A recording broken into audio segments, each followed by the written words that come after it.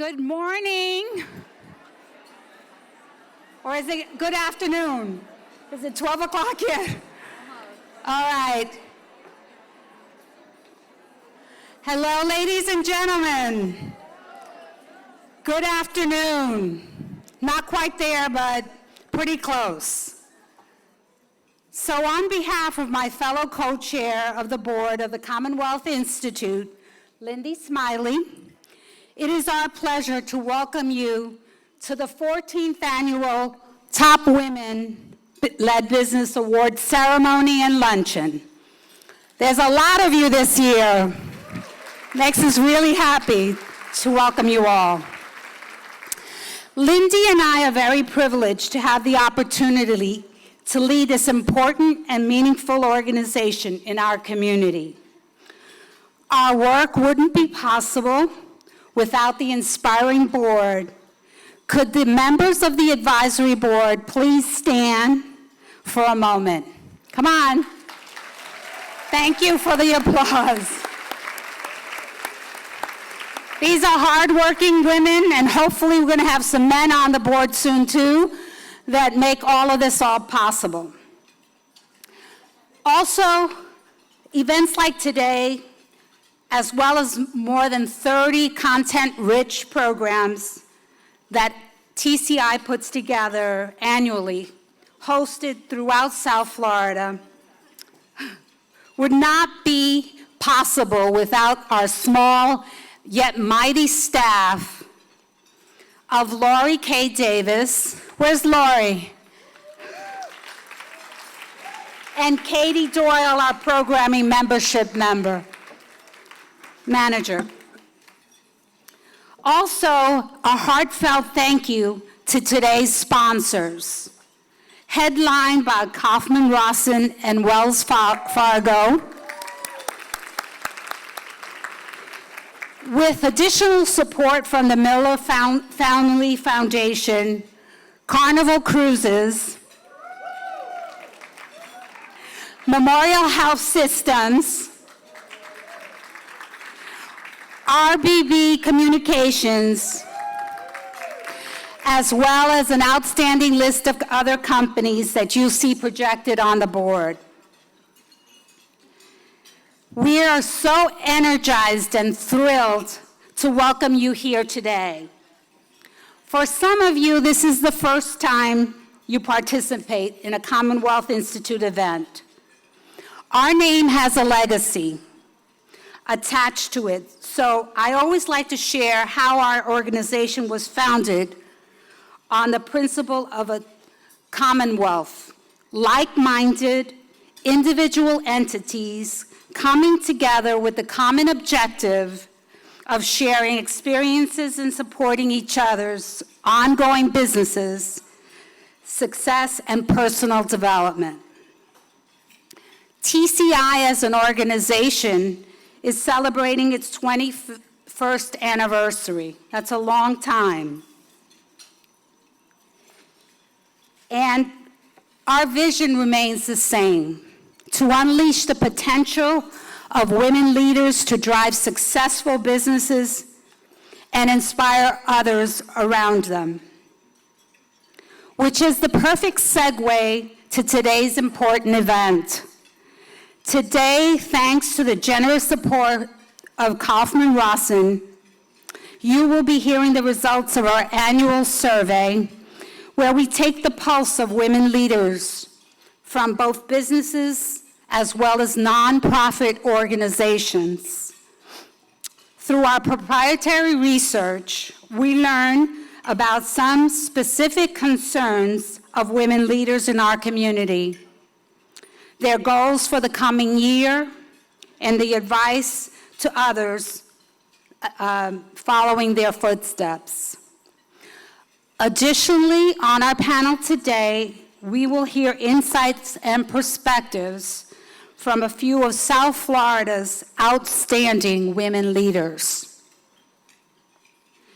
This links us right back to our mission of providing business and professional women's leadership development, high-level networking, and mentoring through our content-rich events and programming. We have different options for participation based on your goals. There are brochures on your tables that describe the membership options. And if you have any questions, there's people, any of the board members can help you. We are going to take a few minutes to highlight a special program for emerging women leaders looking to enhance their leadership skills and acquire the next level skills to help them grow into more senior level roles. This program is called Strategies for Success, and early discount registration is open as of today. But I'm going to turn it over to Lindy to share her experiences with Strategies for Success.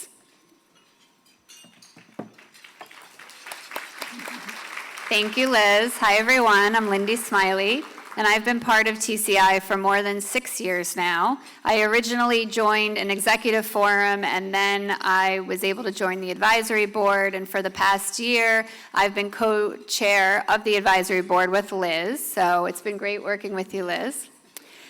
And I want to just talk a little bit about Strategies for Success. So over the course of the last 6 years, I've sent more than 30 women from Starwood Property Trust to the program. And I think it's been a great opportunity for women within our organization to get out and meet other people, to be part of the community, to meet people from other industries.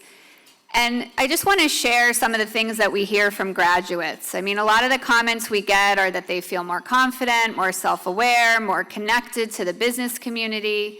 And I think it's great for employers because if you're a small or mid-sized company or even a large company, and sometimes we have training programs from within, it's really nice to be able to send people out.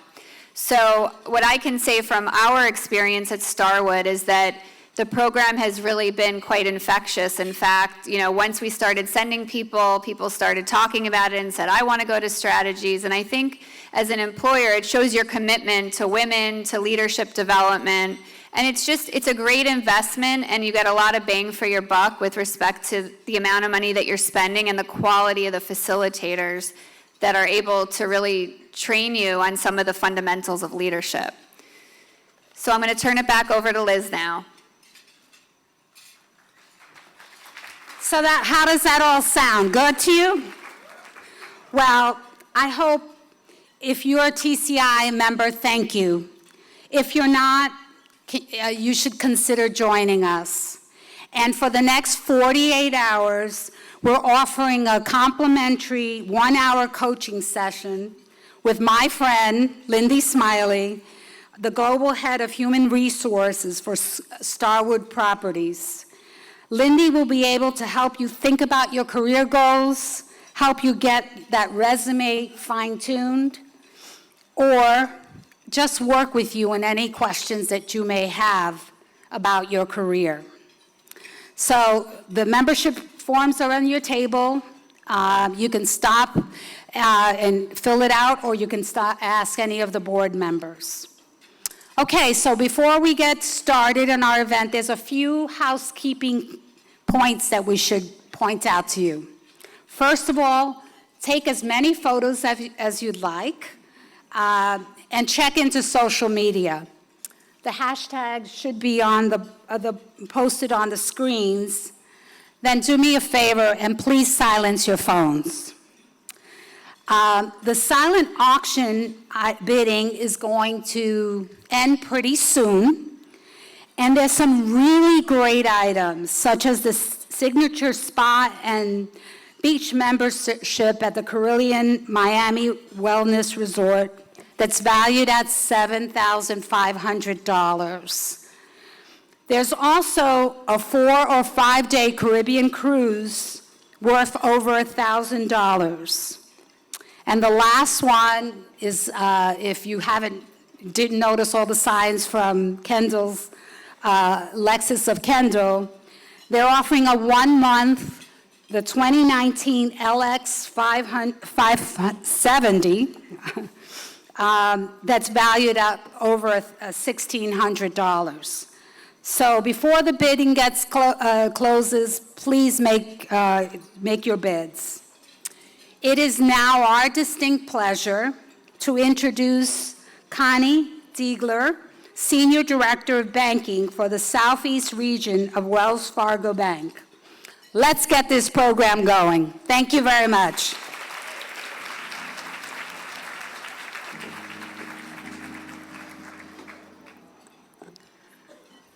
Wow, what an amazing group of women. I just feel the positive energy coming from this room, so thank you very much. I have the privilege today to represent over 150,000 women teammates at Wells Fargo. But what I want to do today is pay special recognition to table number 5, because these amazing women I get to work with, here in Southeast Florida. So if you guys will stand up and let's give them a round of applause.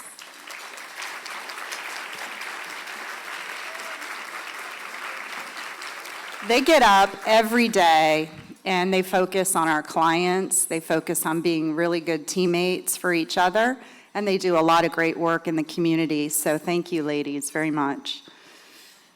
Diversity and inclusion has been quite a journey for our firm. After 18 years working with Legacy Wachovia, now Wells Fargo, I will say in the last 12 months, I've seen so much progress. And what I mean by that is we're taking action. It hasn't just been about words. A few examples of that: Betsy Duke became Wells Fargo's new independent board chair on January the 1st, making her the first woman board chair of a major U.S. banking institution. That's really, really awesome. Will all honorees please make your way up to the side of the stage and gather under your category sign. Again, please, all honorees, make your way up to the side of the stage and gather under your category sign. Thank you. All right. We'll pause for a moment and let these women make their way up front, and then I'll continue. I don't know where that guy's voice is coming from, but that wasn't part of my planned speech here today.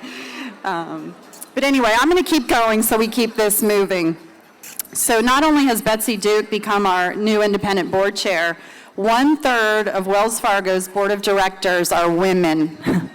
And just another remarkable, step in the right direction.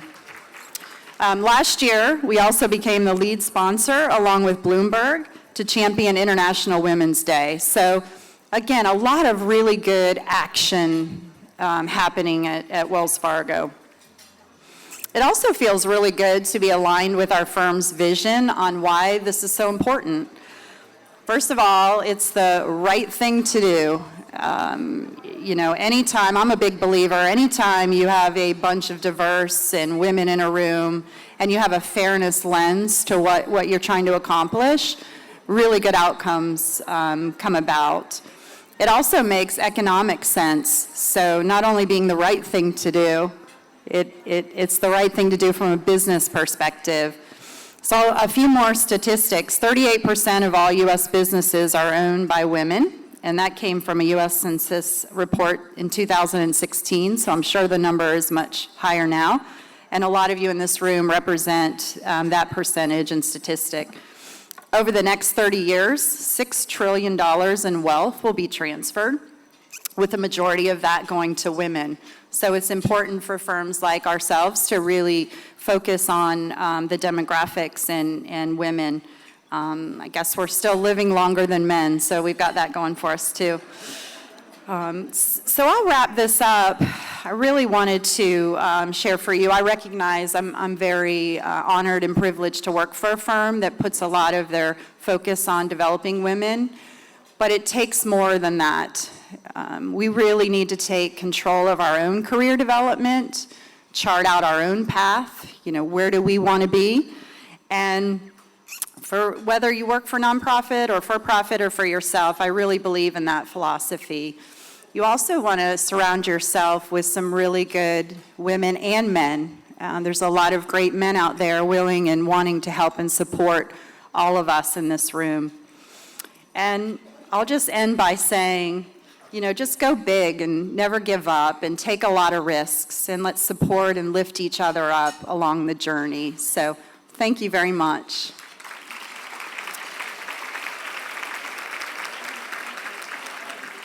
Are we ready? Okay, so we're going to move along and we're going to recognize some really amazing women today. And these are our top women 2019 honorees.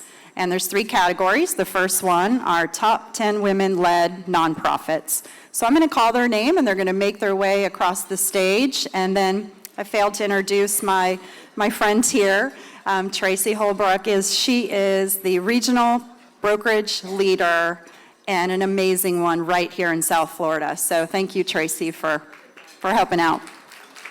Okay, let's go. Tina Brown, and let's hold our applause to the very end.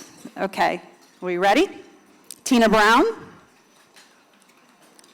Gretchen Beesing, Karen Agazi, Carrie Ann Royce, Deborah Spiegelman, Madeline Lozano, Christy Mullis, Sahila Nelson, Sister Linda Bevilacqua, and Leah Carpenter.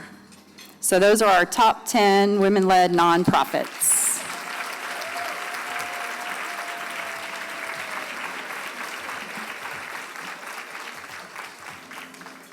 And I spent 19 years in the South, so my accent might not work really well with a lot of these names, so thank you for your patience. Next, we've got our top 10 women-led startups. Miranda Monahan, Catherine Jones, Bonnie Berean, Terry Howard, Jessica Browdy, Adriana Sol, Pilar Caravala, Arlene Alvarez, Linda Alexander, Antoinette Zell. Way to go, ladies. Congrats. All right, next up, we have our top 50 women-led for-profits, and we've got quite a list here, so let's go. Leslie Munzel, Ann Hefner, Nancy Landy, Kimberly Kendall, Katie Kessler, Marguerite Ramos, Colleen Grady, Corey Caston, Carol Barth, Tracy Boyle, Lisa Kahn, Debbie Savage, Maria Harrison, Danielle Huff, Ania Rodriguez, Ann Sabag, Patricia Weirhan, Aline Rosenvik, Suzette Demasio, Kay Stevenson, Leslie Bauman, Betsy McGee, Sherry Lucky, Kate Bauer, Pilar Samaza, Alba Benitez, Sandy King, Leanne Hoey, Ava Doppelt, Maureen Shea, Ginger Martin, Jennifer Kramer, Rachel Saponznik, Joanne Ferrance, Tina Elmowitz, Adela Gonzalez, Lori Bean, Ann Machado, Christine Franklin, Deborah Herman, Matea Fernandez, Olaga Ramondo, Nadine Hubel, Catherine Muth, Jana Renert, Mindy Marquez Gonzalez, Kirsten Dolan, Nancy Batchelor, Natala Schulman, and Christine Duffy.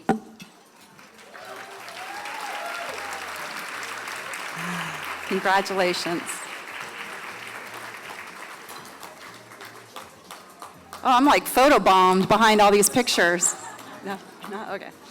All right, well, we'll let these ladies make through the line and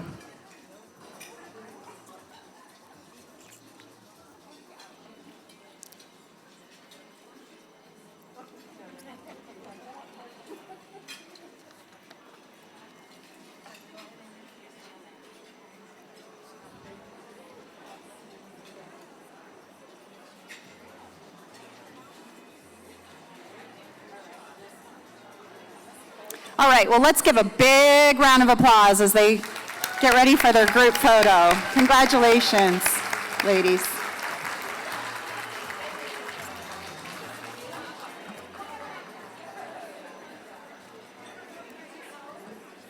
All right, right, well, now it is my great pleasure to introduce to you the moderator for our panel discussion, Janet Altman.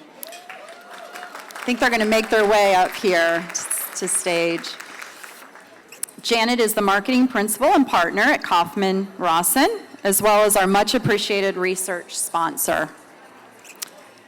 She also serves as chairwoman of Miami's prestigious Women's Fund, and you'll find her at the forefront of many other groups that support the progress of women in our community. Please join me in a warm round of applause for Janet. We're in for quite a treat. Thank you.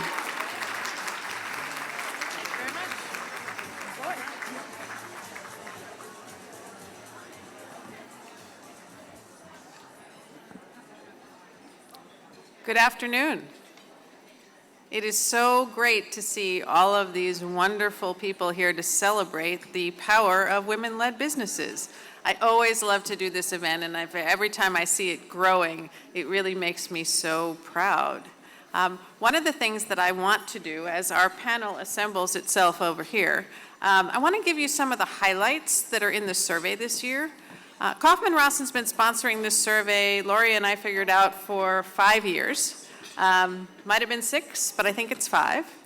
And every year, we're learning more and more about the progress of women-led businesses in our community. And that's what I find really exciting. So every year, we send the survey out to every name that we can find that we believe is a woman who owns or leads a business. And people share it, and people spread the word. This year we sent out surveys to over 6,000 people. We got over 300 responses. I think we got 303. And we've produced this report that talks about the trends and some of the things that people are finding as they are leading and growing their business. But one of the things that I think is most interesting, and you'll take a look at the survey, you each have a copy at your seat. One of the things I think is most interesting is how women compare to men and how women-led businesses are growing compared to the way men are growing their businesses. And in the executive summary, I've quoted from the American Express State of Women in Businesses survey. And they talk about how in general, new businesses have started, 12% of new businesses have started in the last year. So 12% more new businesses have started, in the last year in America. And 58% of women-owned businesses have started. So women-owned businesses have grown more new starting businesses than businesses in general. And I think that's a really powerful statistic. It's really powerful to see that more women are starting businesses than men. It's also really powerful to see in our data, and it's not 100% apples to apples because, of course, different people choose to answer the survey every year, but it's pretty close. And when I look at the total revenue that women are reporting this year compared to last year, of those top 50 women-led businesses, the ones who we just honored up here, the revenue they're reporting has tripled. There are more women-led businesses who are reporting that their business made $10 million or more last year. They're also growing in terms of the number of employees. So based on this survey data, 15% of the people who responded to the survey are responsible for 250 or more employees. In 2015, when we started doing this survey, it's just 5%. So more women-led businesses, more revenue across the board from or for women-led businesses, and more employment by women-owned businesses and women-led businesses says to me that we are really a more and more powerful force every year. And I think that's really exciting. And I would say that deserves a round of applause.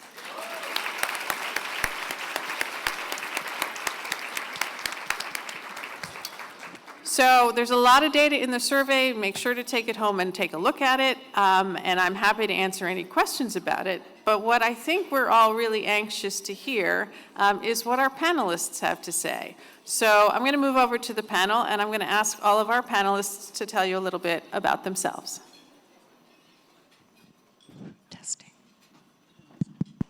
So I'm going to ask each of you, and we'll start over here with Maureen, introduce yourself and tell us how you became a leader in business. Hello, everyone. Welcome. We're delighted to be here this afternoon. We all have fabulous stories to tell. Ours is particularly interesting in that we are celebrating 40 years in business this year, and every month we have a special celebration. So welcome to all of you for our celebration in the month of May. You've all come to our 40th party. So thank you. I am the CEO of Right Management Florida Caribbean. We are a corporate outplacement and talent management firm. We are a global firm, operate in 52 countries, and we're owned by Manpower, who many of you may know, and they operate in 95 countries. Our journey was a little different. My husband and I were both school teachers, loved teaching, but moved from teaching into HR, and then from HR, we had the budding idea to be entrepreneurs. And because we had made career changes, we said that we can teach people how to make changes. So in 1979, we started a firm called Shea Associates. How original.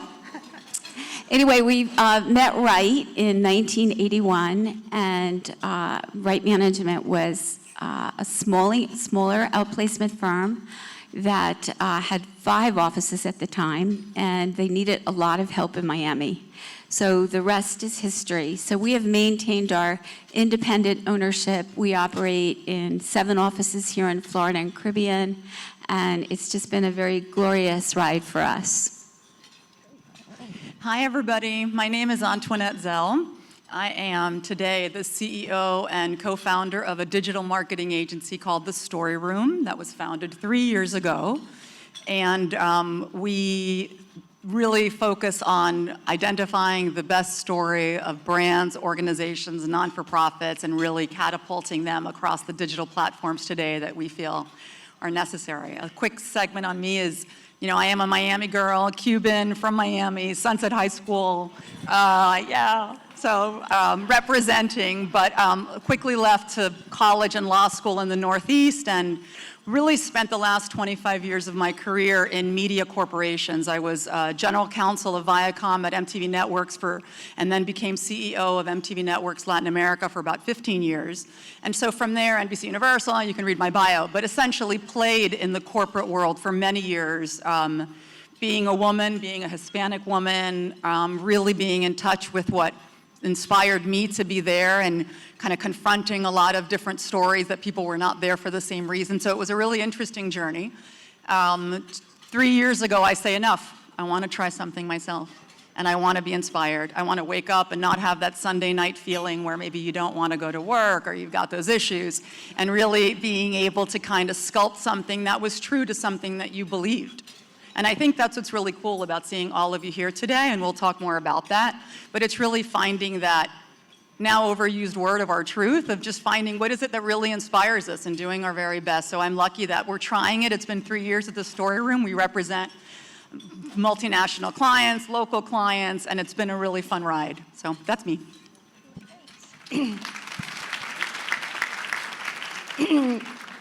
Good afternoon. My name is Jana Ronert, and thank you for inviting me to be on this panel. Oh, gosh. My hashtag fan club over there. We all need them as girls, right? So very happy to be with these ladies, too. Really great stories. We had some fun conversations before we got up here, so we're going to twist a little bit of your questions. We've already had a little powwow. But I am founder of Image Skincare, and Image Skincare is a professional skincare company. And, when you ask, how did you become a great business leader? I guess I never really, even today, don't think of myself as like a top leader, or I didn't intend to be a top leader. I started this company because of my own skin issues, and couldn't really find a line that worked, and didn't really like the companies that were out there, and just thought I could, create a better company with more inspiring women and better products. So started kind of mixing creams in a small apartment in Houston, Texas, and kind of a one-man show, if you will. And, 17 years later, if we fast forward, we're in over 60 countries, and our corporate headquarters is in Lantana, Florida. So that's where we do everything, and I think I'm just inspired because I love what I do every day. I love to get up, I love to health and beauty, and I guess I've kind of become a leader just one wrinkle at a time.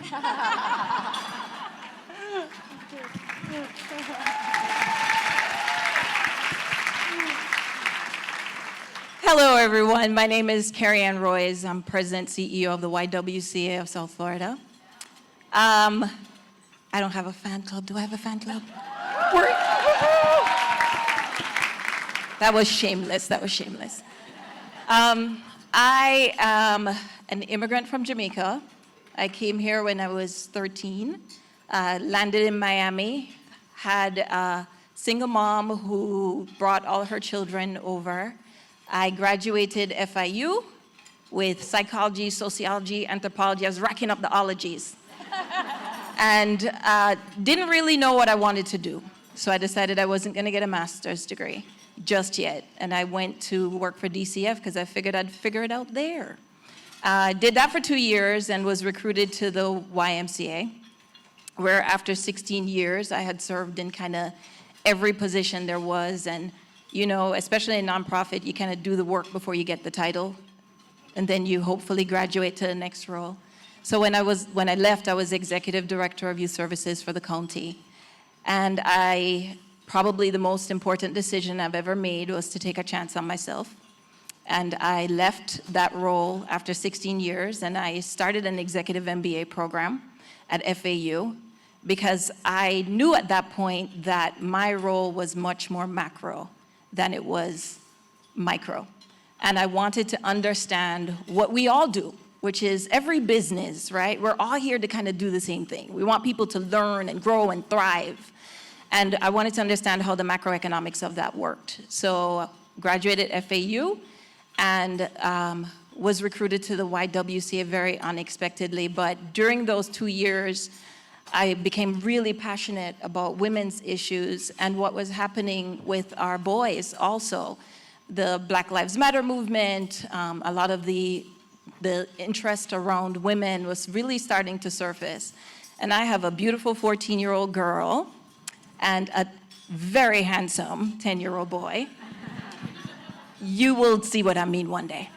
And it was in my soul. So it was God, it was the stars aligning, it was taking a risk, and a lot of scary mistakes. So I don't know, owning that women, a true leader, a top leader, it's just so odd to say. But it's certainly something that any of us could do. Well,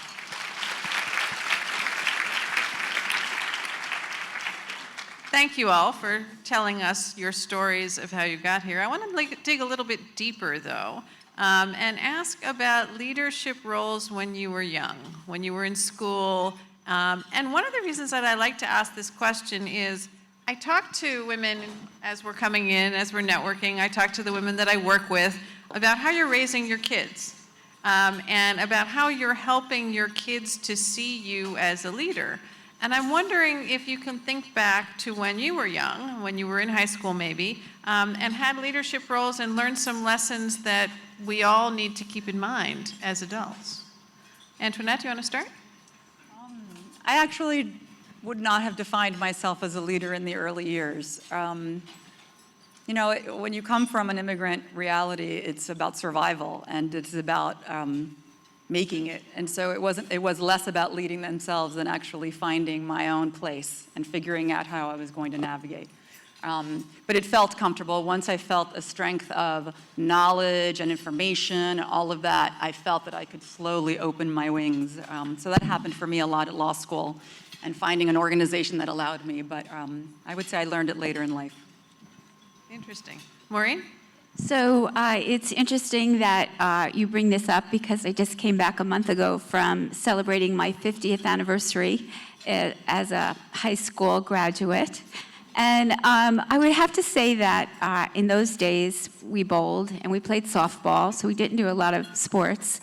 but we had a ton of academic clubs that we got involved with. But probably with the great foundation that I had, that I was in a very small Catholic high school, and our teachers and our faculty, our sisters, really instilled the fact that we could do anything we wanted to do. And I feel that that has guided me through my life, that my foundation of faith and belief that you can achieve what you want, of course with my parents. So I would say that that foundation really helped me. Jana? So when I was preparing for this question, I pulled out my old high school yearbook. Scary, right? And there was a note on my picture that I forgot they said that I would be the most likely to succeed, right? And that was 35 years ago. But full disclosure, there was only 30 in my graduating class. So I'm not patting myself too big on the back there. But I grew up on a small farm in Nebraska, and I think leadership started very early. And like a lot of you, it started with my parents and chores. And in high school, I don't know if I was a leader. I was involved. I was like the head of our track. I was in debate. I still like to debate. I think that's kind of a leader. You like that debate portion. And in college, I didn't really have any big leadership roles, but I am a closet Wheel of Fortune person. I don't know if you maybe like that. I love Vanna White, Pat Sajak. And the Wheel of Fortune came to our school at University of Nebraska, and I went for the tryouts, and I won. And so there were 5 of us from University of Nebraska that were on Wheel of Fortune. I'd never even been on an airplane. I had never even been in front of the camera, and I was determined to win. And we were up against Stanford, University of Minnesota, and Nebraska, and I was the big winner.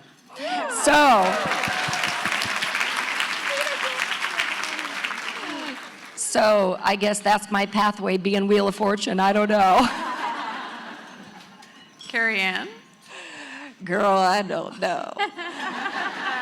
I came here and started the 9th grade, so it really was that immigrant.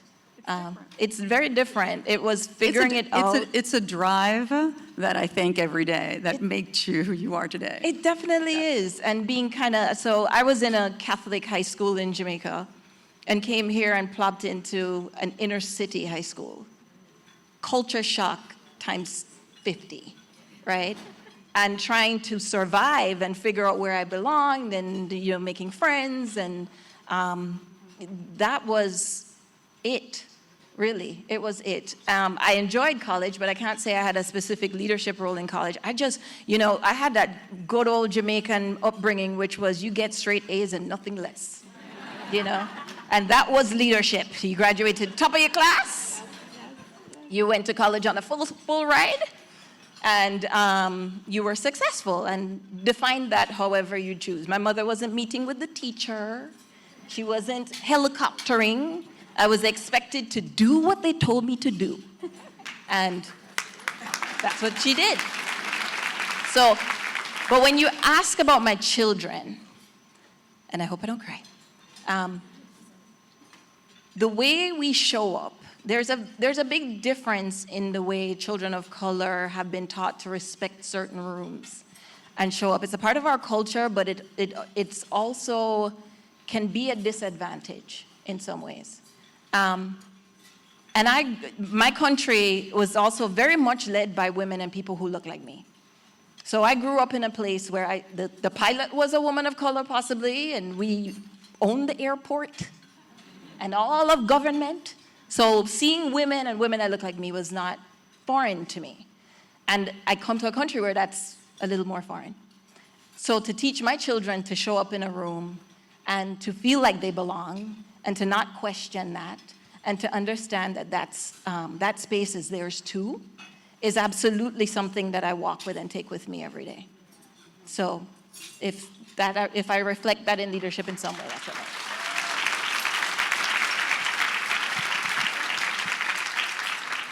So I'm hearing about faith. I'm hearing about drive. I'm hearing about, I know I'm going to be the winner because I'm persistent and I'm sure and I'm confident. And I think all of those are values that those of us in the room who are pursuing our own success and our own leadership, I think we really own those. I think the women who are leading businesses in South Florida really own those feelings and own those qualities of leadership that we all, I think a lot of us learned along the way at different stages. And I wonder if one of you wants to tell me about someone who was a role model or a mentor who helped you learn some of those things or some other really important things in your life. Who wants to take that one? Go for it. Maureen? Okay.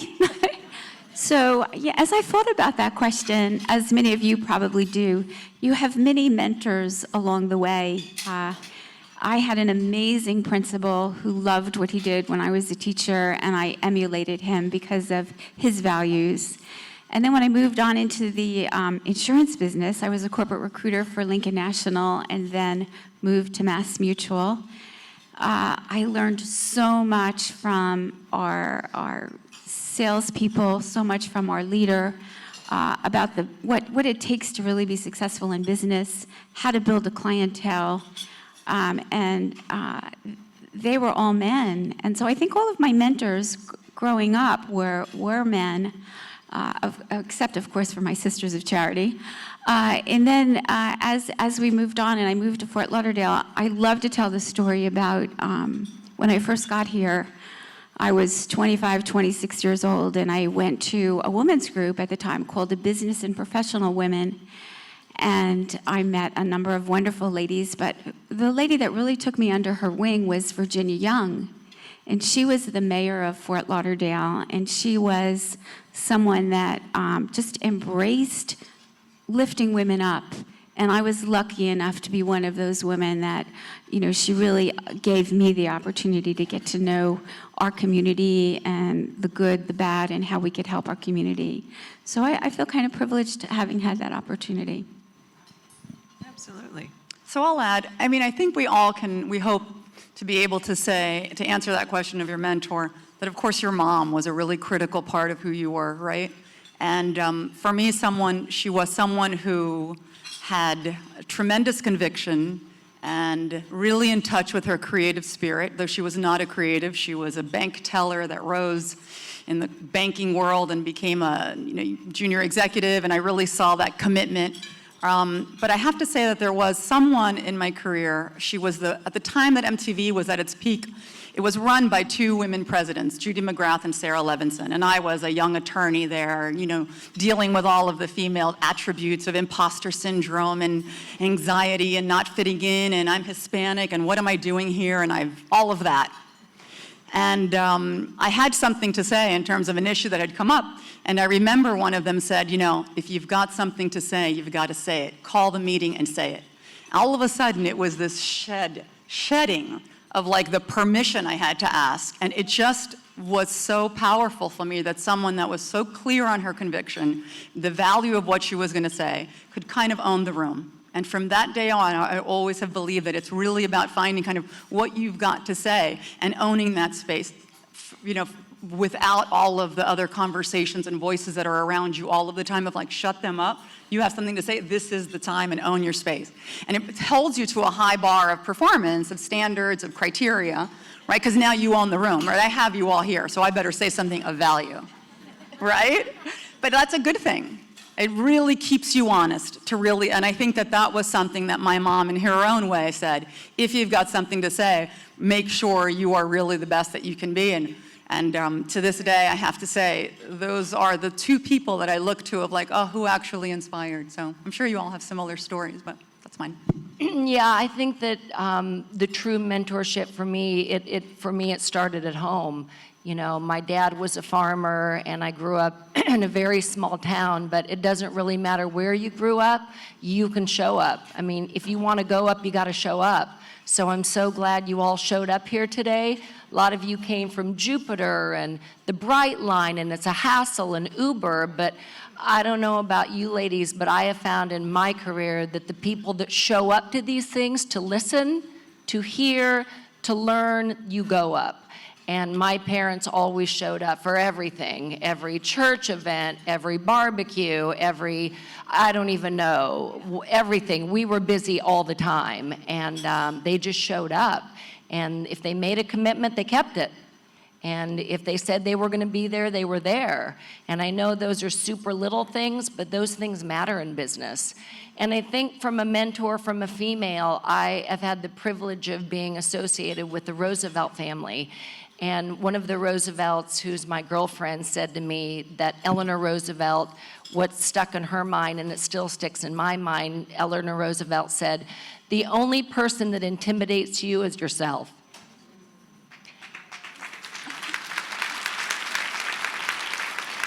So it doesn't matter what your title is, what you're wearing, what you look like. You know, the only person that really can intimidate you is yourself. And I think of that everywhere I go, at every meeting, at every presentation, at every forum, that, you know, you can't be intimidated by other people. Just stand up and be who you are. And if they don't like you, they don't like you, but they probably will.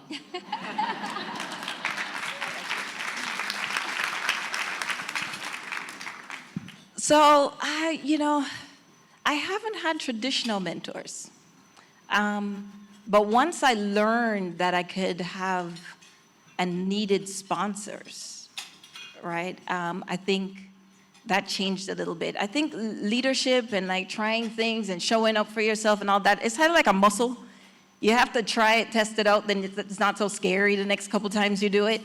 But realizing that I could ask someone for their expertise, or I could ask someone to spend time with me, and that people would say like, well, yeah, let's do that. Like, come over and meet with me. Let's have coffee. Let's do whatever that might be. And that, it's that we're all kind of feeling that same anxiety and wonder if, like, why would that person really take time out of their day for me?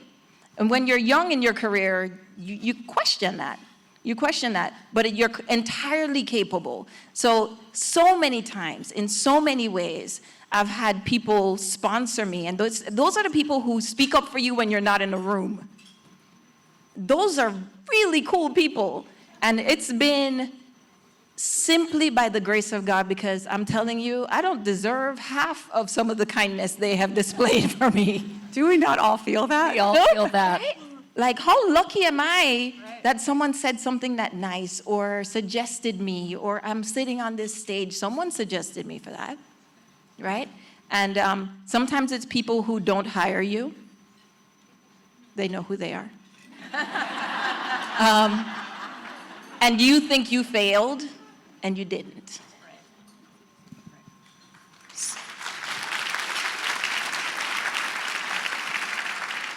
So before we go on to the next topic, I was reminded, as you were all talking, that all of us and everybody in this room is in a role where we're being a model, being a mentor, being a sponsor for others. And sometimes you don't even notice that you're doing that. You don't even notice what a role model you are for people. And I recently reconnected with a woman who I thought of as a real role model, and she was one of my two bosses in my first job, a woman named Janice Richards, when I worked in New York for CBS. And she was always calm. She was calm, she was organized, she told you what she wanted you to do, she helped you figure out how to do it, she congratulated you, she rewarded you, she corrected you. She was the best manager I can think of.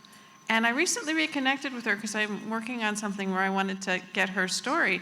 And she remembered me, but she didn't realize what an impact she had.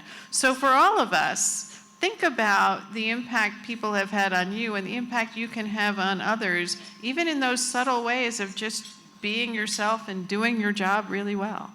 I think that's really important. So let's pivot a little. Let's talk about challenges. Tell us a story about a recent challenge sometime in the past 12 months. Tell us what happened, why it was a challenge, and what you did. Carrie Ann can start. I'm going to start. So, I run the YWCA, right? We're all about eliminating racism and empowering women. That's what we show up to do for 100 years in South Florida. And after a year, and the new Alice report came out. Anybody seen the new Alice report?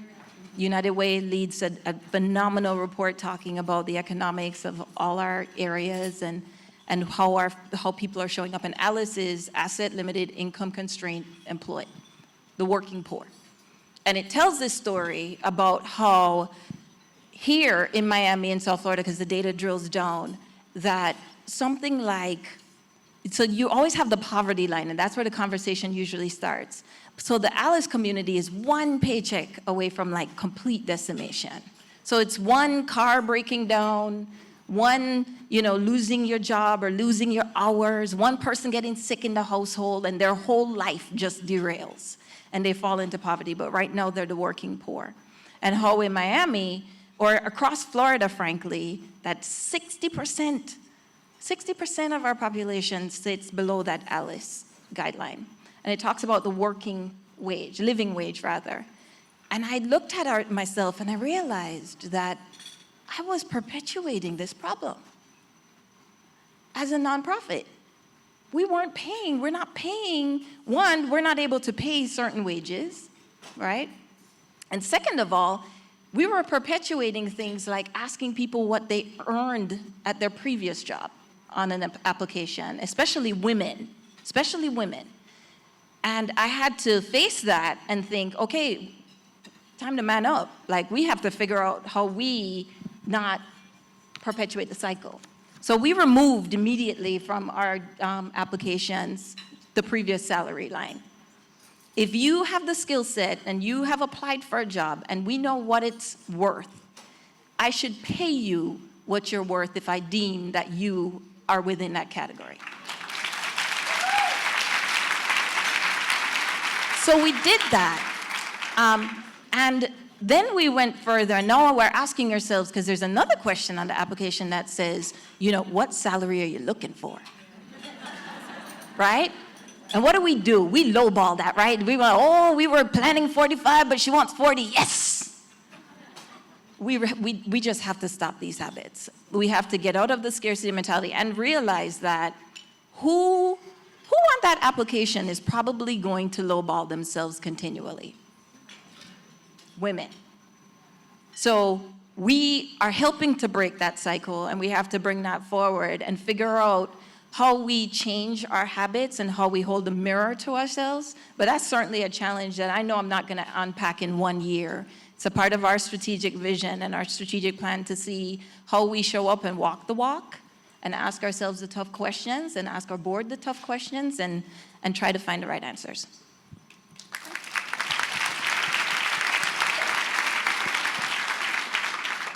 That's a really important challenge, and I'm really glad that you talked about it today.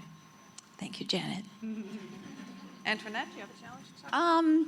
I'll tell you a challenge of being when you're your own startup. So we are an agency of about 50 people, I will say. Of the 50, 40 are women. We help a lot of companies that don't understand how to figure out digital and define their story. And we have a client. He becomes our largest client. He is known to have a very big ego.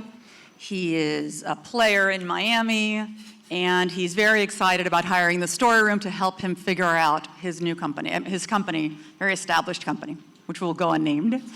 And in the beginning, it's the honeymoon period. He's so excited with all of our ideas, and he loves me, and he wants me on the calls, et cetera, but he begins to work with the team. I cannot be at every meeting. He gets more irritated and more abrasive and more rude each time. He's probably one of our largest clients.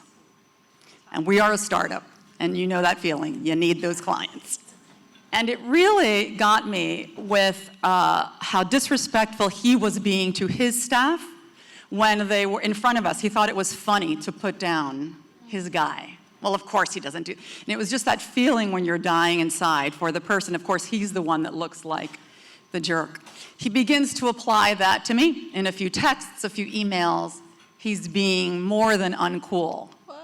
And it really was a question of, I, as the leader of this organization, of the value system that I set up at this place that is mine, with 90% women who deal with this BS all the time.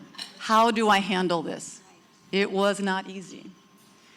And I will tell you the end of the story is that I quietly looked at our financials and I said, as of May 1, I erased his numbers, from our budget. Yeah, I just said, okay, can I do this? Can I be true to what I say? Do I put my money where my mouth is? And though I had pushed back appropriately and publicly, we don't do that. This is not the way we speak here. I'd hang up on calls, all of that. So publicly, I'm doing it, but privately, I'm still taking his money, right?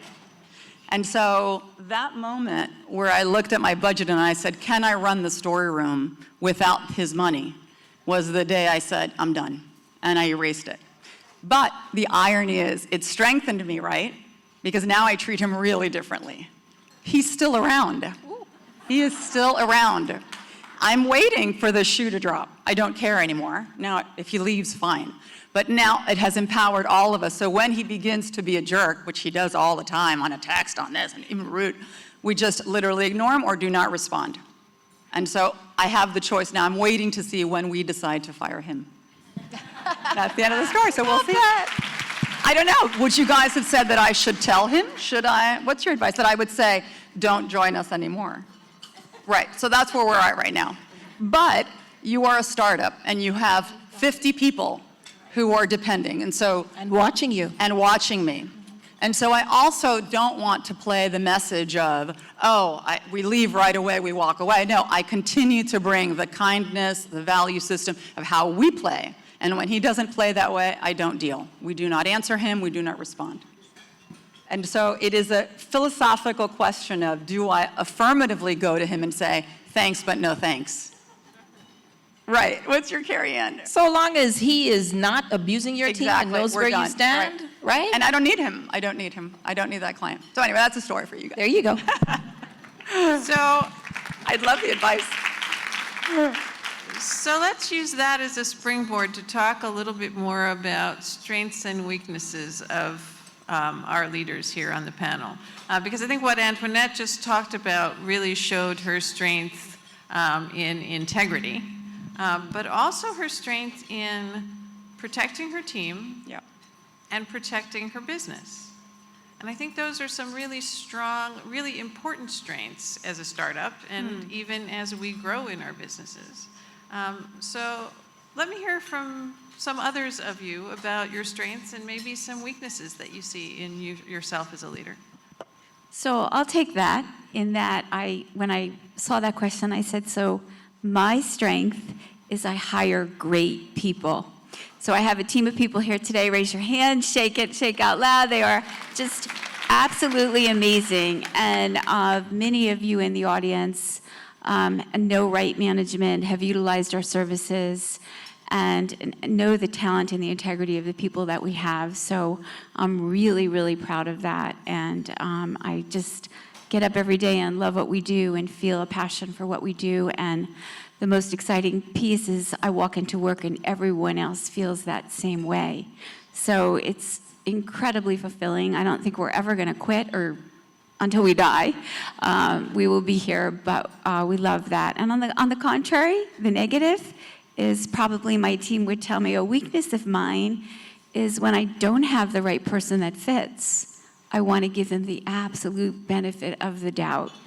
And sometimes we don't make the decision quick enough.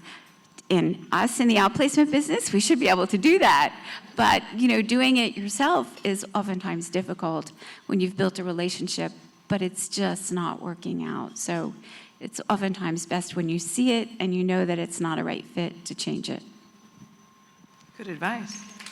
Jana? So that strength and weakness, I think when you go through your journey in your career as a leader and as trailblazing, those become very blurred because you learn so much. But I think my biggest strength is hopefully learning from my weaknesses, if that makes any sense. Because I used to want to do it all myself, and now I realize that you hire really great people that can do it, and you trust them. I like to talk, so I'm a big talker, and now I've really learned to be a better listener, to listen to people.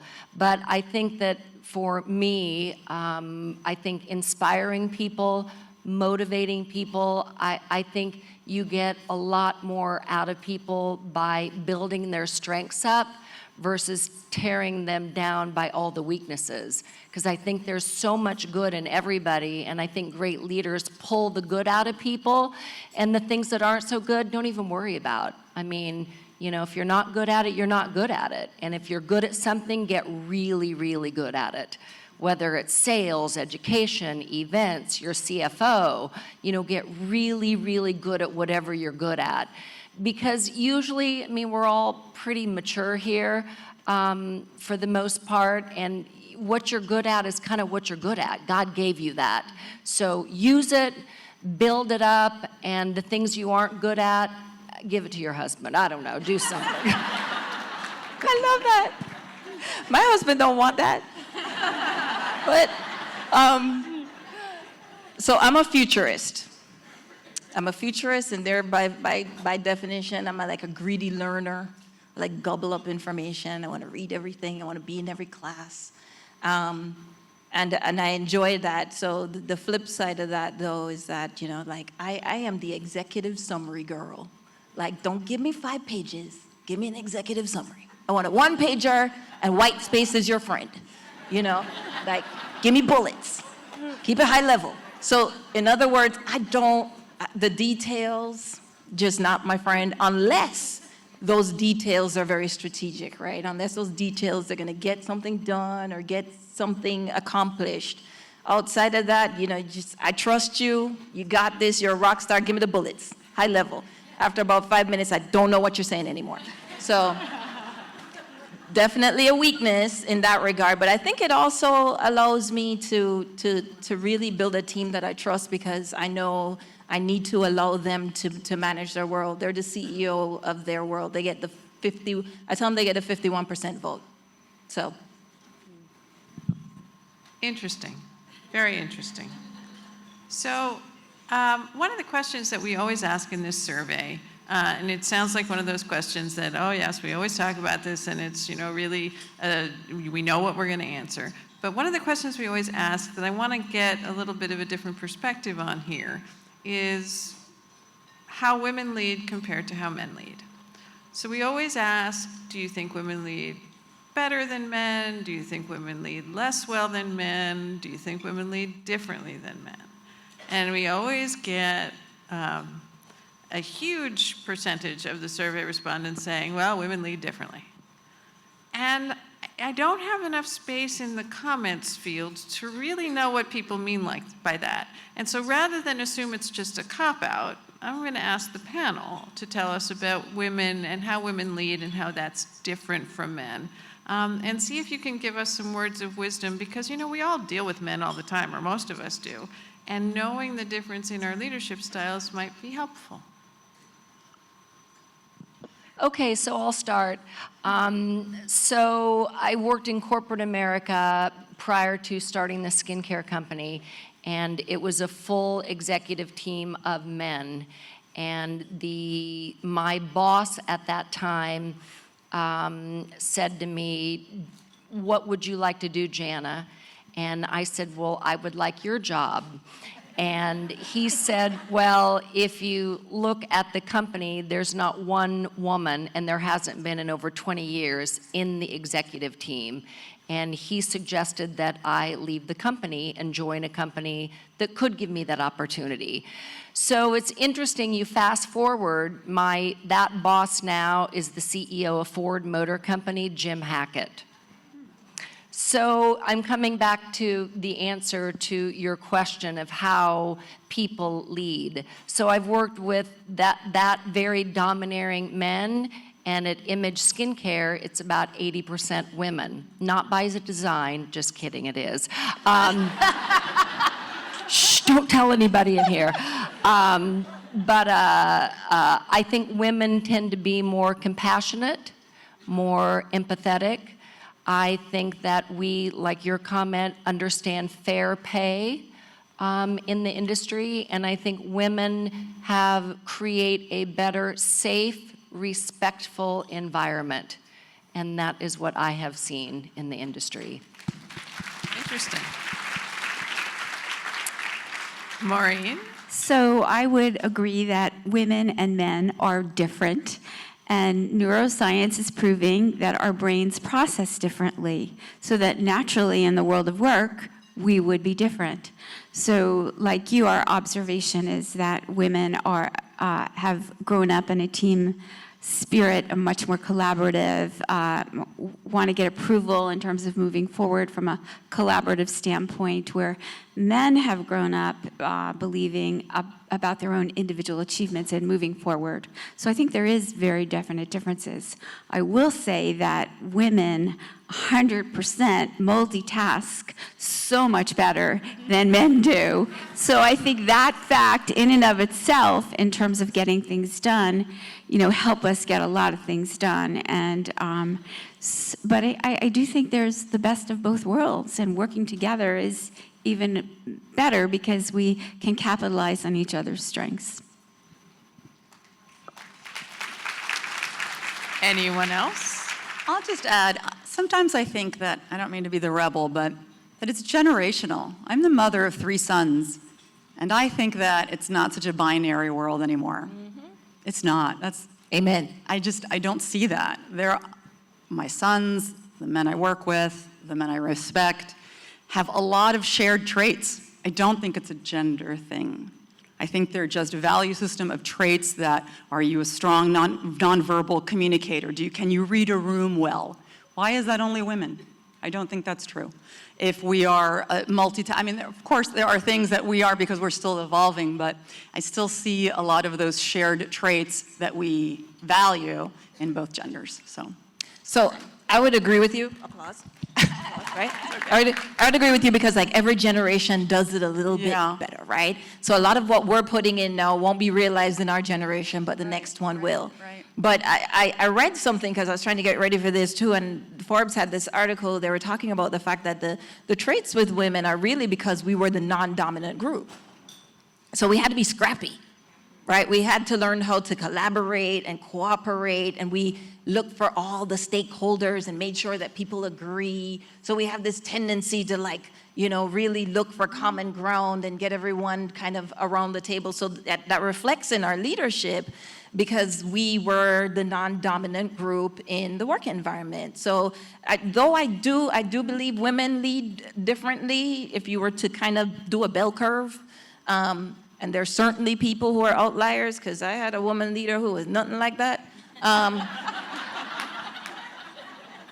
But it has a lot to do with the environment and what we've had to deal with. And I think it's much more driven by that, which correlates with gender, as opposed to solely gender. But I think the ending to that is, I think leadership really has to evolve around being nice.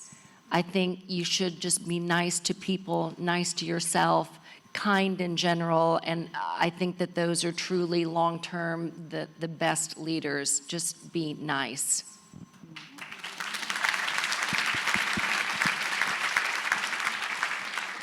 So I have a specific question for each of you about your specific business, and let's start with Antoinette.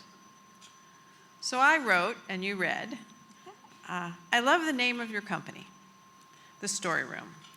And I wrote in my question that my father was in the advertising business, talk about a role model, and he always told me how important stories were in advertising and everything you're doing, you're telling the story, and that's what gets people's attention. So the evolution of media has made it a lot easier for people to tell their stories to the point where it may become overwhelming. So talk to us about how the best companies are using digital media to tell the story that they want to tell in the way that really delivers results for them. Okay, that's a big question. It's always been about the story. It's not just because it's digital media today. It's always been about the story. It's about telling something interesting that defines who you are, that people care about, and it's ultimately about value. And so today, we look at it because we're seeing it very clear, and we've all become very sophisticated marketers about ourselves. We are a brand. Everyone's a brand. You know who you are, what you stand for, how you live. But when you look at the digital ecosystem today, it's very available to us today. So the ecosystem isn't just when you do digital. It isn't just having someone on your Instagram account that's posting or the Facebook or making sure your website. There's actually a whole science to figuring out how you take your message and use it across all the places that we live. And so for sure, there's a lot of that today. It used to be just traditional, right? I don't want to do a marketing 101 from, TV, radio, print, and a billboard. Well, today, it's a website, it's search, it's LinkedIn, it's Pinterest, it's House, it's your reviews, it's all of that. So that forces us and companies and brands to really say, who am I? Why do I matter? Because there's a tsunami of content coming at you today. And if you don't curate, I always say, if you don't get your thumb to stop, why are you talking to me? Because I'll just scroll right past you. So that keeps the bar really high. And that's why we came up with the company of the Story Room, because people have a very high BS meters today. We know very well when we are being marketed to. And if you don't find your truth of what are you actually saying that's interesting, then you'd stop. And maybe you'd share it, and I'd tell you about it because I heard about your company, and et cetera. And so that's what we want to find. And so, yes, there is a plethora of places, but at the end of the day, there's just a lot of stuff that is not true and that is not useful. So I think it's about finding that. And that's at least what we try to do. So that's the story. Excellent. So moving on to Jana. Your company is at the intersection of science and beauty. And your success has earned you many awards and accolades and opportunities to speak about health and beauty and science. Tell us about a speaking engagement where your message of healthy skin and wellness made an unexpected impact. So this is a really interesting story that just happened on Saturday when my daughter, I have twins, had a play date with her girlfriend. And I have talked over the years in front of hundreds, thousands of people. I love it. I can talk to one person about their skin. I'd love to talk to you. I can't give you all a consultation today, but I love it. And I love skincare and making women and men feel beautiful. But at the kindergarten class 8 years ago, the teacher asked if I would come in and talk about sunscreens to the class at Benjamin's school. And so I went in, and there were 20 kids, and they really weren't so interested. And I was talking about sunscreens and how it saves lives, and, about chemical versus physical. They were waiting for their snack. Boring. And one of the little girls in there was Ava. And so she came over for a play date Saturday, and her mom had a big band around her arm. They had somebody driving her because she had a terrible skin cancer, huge, a melanoma taken off her arm, and she couldn't drive. Long story short, Ava said to me, "Miss Jana, you saved my mom's life." And I said, "What?" And she said, "Don't you remember you talked in kindergarten to us about skincare?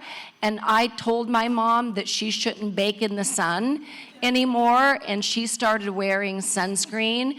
And her grandmother and grandfather both passed away from skin cancer, and she did start using sunscreen on her face.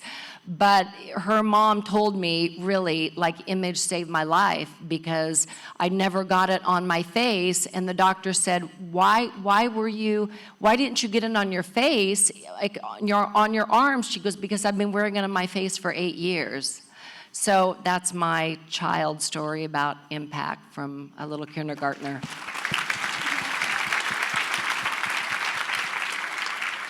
So Maureen, talent. Talent is one of those areas that a lot of people in our survey say can be a problem, and that there's scarcity in our market of some very particular people they need to hire, and that the scarcity of talent tends to hold them back. Can you tell us a little bit about some areas where that's a problem here, and some thoughts about that topic? Well, we are now living in what we call the skills revolution. 40% of the jobs that will occur in the next 5 to 7 years, we don't even know what those jobs are going to be. So not only are we faced with that, but we're faced with the fact that we've had 103 months of unprecedented job growth. So there's a scarcity of talent when there's that many job opportunities. And you add to the fact that we're not having babies as much as we used to have anymore. So when we look at our population, we see less people coming up. So companies are truly, the good leadership of the companies today are looking out and saying, what are we going to do? So fortunately, Manpower is an amazing company with a ton of research. And what we have learned from research and talking to many companies is what I'm going to share with you. So just to give you some idea, 1/2 of our employers are investing in learning platforms and development tools to help build their talent pipeline. So that's a big amount, 55%. And that's really a very positive perspective to know that employers are knowing that we're going to need to help our folks grow and change. 27% of US companies, in fact 32% globally, are offering additional perks and benefits. How many of you have unpaid PTO whenever you want it? No, unlimited. That's the word I was looking for, unlimited. We do. See? So unlimited PTO is a thing of the future. 24% of employers use different types of workers. Temporary, contingent, freelancers, independent We're all like, contractors. how does that work? How does unlimited PTO work? I could just go? Yes. Hey, time out. Unlimited PTO. Just People spend a lot of time worried about their vacation time. Yes. And if, yes, you have a direction of like, Yes. we'd I'm like to working on take- myself. I'm going to have to work on that. Yeah. And People don't take it. you know, a big thing for us, particularly in the room in terms of women, is that 20% of employers are changing their work models. That includes offering flexible work arrangements and working remotely. So, I mean, that's really what we need to do. We need to kind of transform our thinking, move ahead and build up the talent that we have. And learnability is the future. You know, as you said, being curious, knowing that what we know now, maybe we'll be doing differently 10 years from now, but being willing to take that risk and do something different and having a company and a culture that will give you that opportunity is really where our successful companies are going to be moving forward. Very interesting, thank you. So I see Lori hovering, so the last question is going to go to Carrie Ann. And it's very specifically about you. I know you very well, and I know that you run your business like a business in a very rational way. You bring all of the skills of a CEO to your job, even in the nonprofit arena. And I admire that about you. But I want to hear a story about a situation in your business where there was an emotional impact to what was going on and how you felt and how that became part of you as a leader. I hate this question. So, yes, Janet knows me very well, and one of my weaknesses is that I really don't enjoy vulnerability. But so I'm an introverted extrovert, that thing. But I lead a mission-driven organization that the emotion of it that drew me to it in the first place was, you know, it might sound cliche, but it's my children. I told you I have a 14-year-old girl, and I have a 10-year-old boy. And so that was a first emotional draw that pulled me to the mission and this work, and understanding what happens to young people of color and what happens to women, and how I really believe that God has equipped me in some way to really to affect change in that space. So I'll tell you quickly, one of the programs that we do is around breast and cervical cancer. The YWCA was the organization that brought the walk that became Komen Race for the Cure to Miami. And we did that because we wanted to raise awareness to the disparities and the prevalence of breast cancer. And you may not know this, but Hispanic women and women of color are leading and dying of these cancers the most. Especially when you know that they're not necessarily getting it more than other women, but they're dying of it more than other women. And that's because of late detection and poor access to health care, and cultural issues, culturally sensitive issues. And one of those stories was, I've had an employee that has worked for us, a team member, for over 25 years. She's getting ready to retire, actually. And she has built this relationship with this just like deep generational relationship with Hispanic women who've come to us year after year to get their screenings done. And they tell their neighbors and they tell their friends and they call Alina.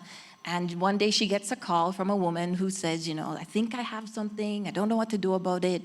And she doesn't speak English. And it turns out that her husband, she was afraid. Her husband had all her documents and didn't want to give them to her. And there was control issues happening in the household. And my team, not only respected that, it wasn't like, I'm going to call the police and get this done. It was, all right, it's going to be okay. Let me talk to him.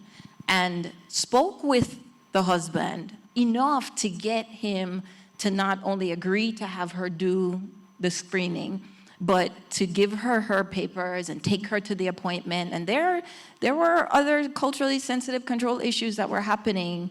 And we have to also respect people and their dignity of choice and realize that you may want to save everyone, but people need to be ready to be saved, right? And you have to respect where they are in that journey, and I hope that my organization shows up when they're ready and that we walk alongside them and let them know that we're going to be there when their time comes, and we're going to encourage them and have dignity in serving them in a way that they want to be served. But the way she handled that and the way that it was just such a personal thing, it takes me back there every day, and that's a reason why, why I show up. That's the reason why I get to do this every day. And I look forward to 100, and you guys look out for that centennial. You'll all be there.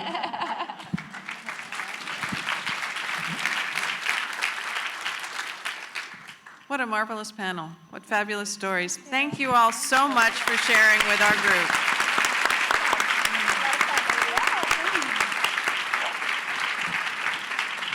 Let's turn it back over to Lori.